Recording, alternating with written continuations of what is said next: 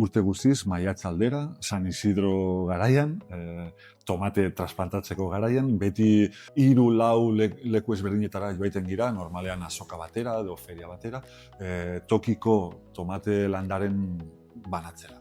Tokiko tomateak ezagutarazteko. Koitzari oparitzen diegu eta tomate landareekin baita fitxa bat banatzen dugu eta fitxa horietan alde batetik erakusten ditugu Euskal Herriko tomate ezagunen ezaugarriak eta gero bestalde nola kudeatu behar dugu gure baratza tomate haziak ongi ugaltzeko. Gure asmoa da landare horiek erabiltzea haziak berreskuratzeko. Eta bai gertatu da, noiztenka, bai igual honea ekarri dute hazi batzuk, bueltan, edo ondoko urtetan berriz etortzen dira azoka berara, eta erreten dut, bai, gorde dut, eta aurten igual beste bat hartu nahi dut, ezagutzeko, eta hau da gure asmoa, bai, banatu, ezagutarazteko, baina, baita, jendean animatzeko bere haziak txikitzeko.